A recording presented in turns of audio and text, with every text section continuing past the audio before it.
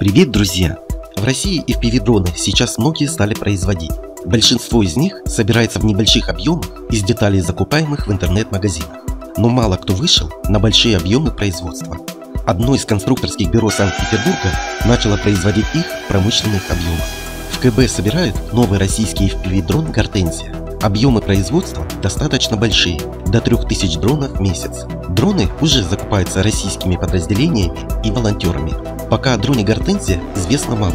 Радиус действия дрона до 3 км, время полета до 8 минут, вес полезной нагрузки до 2 кг.